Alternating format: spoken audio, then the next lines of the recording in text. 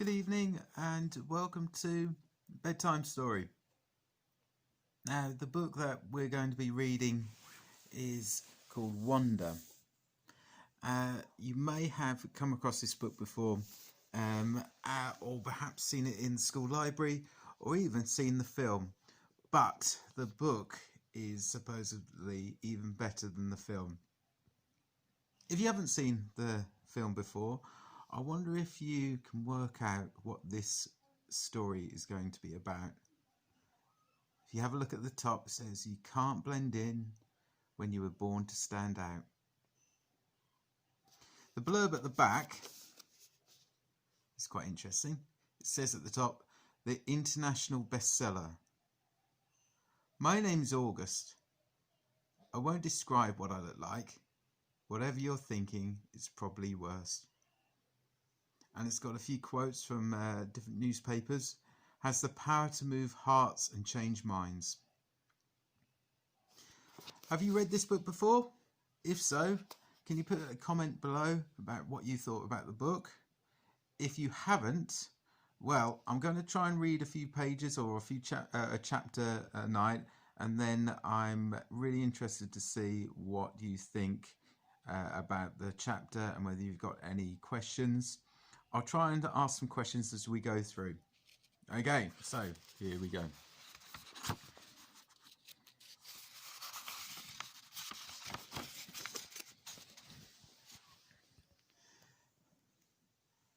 Part 1. August. Fate smiled and destiny laughed as she came to my cradle. Natalie Merchant, Wanda.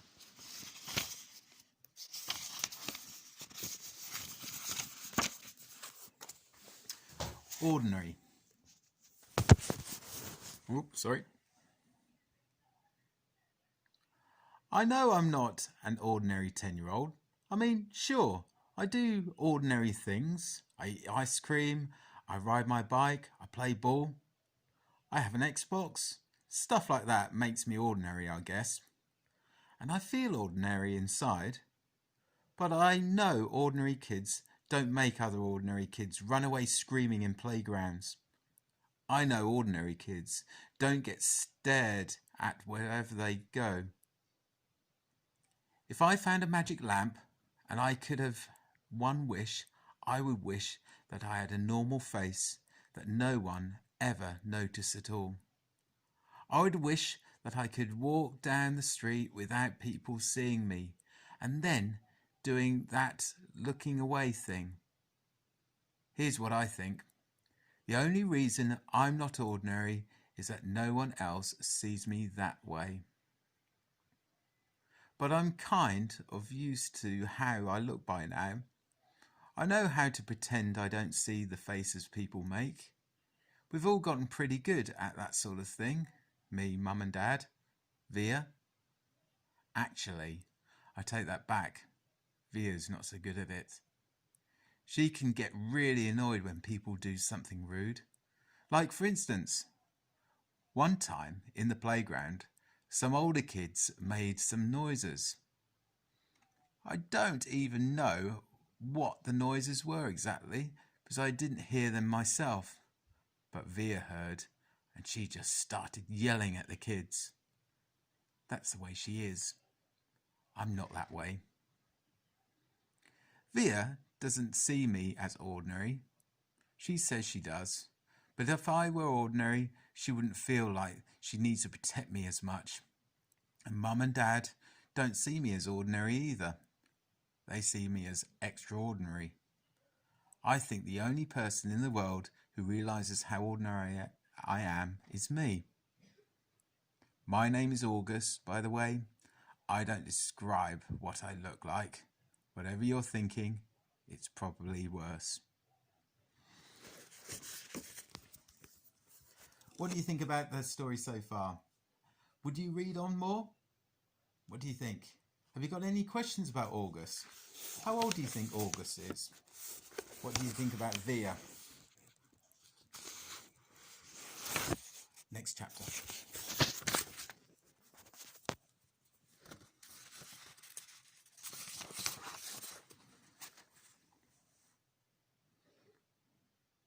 why I didn't go to school. Next week I start 5th grade. Since I've never had to go to a real school before, I'm pretty much totally and completely petrified. People think I haven't gone to school because of the way I look, but it's not that. It's because of all the surgeries I've had. 27 since I was born. The bigger ones happened before I was even 4 years old, so I don't remember those. But I've had 2 or 3 surgeries every year since then, some big, some small. And because I'm little for my age, and I have some other medical mysteries that doctors never really figured out, I used to get sick a lot. That's why my parents decided it was better if I didn't go to school. I'm much stronger now though. The last surgery I had was 8 months ago, and I probably won't have to have any more for another couple of years. Mum homeschools me. She used to be the children's book illustrator. She draws really great fairies and mermaids. Her boy stuff isn't so hot though. She once tried to draw me Darth Vader, but it ended up looking like some weird mushroom-shaped robot. I haven't seen her draw anything in a long time. I think she's too busy taking care of me and Via. I can't say I always wanted to go to school, because that wouldn't be exactly true. What I wanted was to go to school, but only if I could be like every other kid going to school. Have lots of friends and hang out after school and stuff like that. I have a few really good friends now. Christopher is my best friend, followed by Zachary and Alex. We've known each other since we were babies, and since they've always known me the way I am, they're used to me. When we were little, we used to have play dates all the time. But then Christopher moved to Bridgeport in Connecticut. That's more than an hour away from where I live in North River Heights, which is at the top tip of Manhattan. And Zachary and Alex started going to school. It's funny, even though Christopher's the one who moved far away, I still see him more than I see Zachary and Alex. They have all these new friends now. If we bump into each other in the street, they're still nice to me though. They always say hello. I have other friends too, but not as good as Christopher and Zach and Alex were.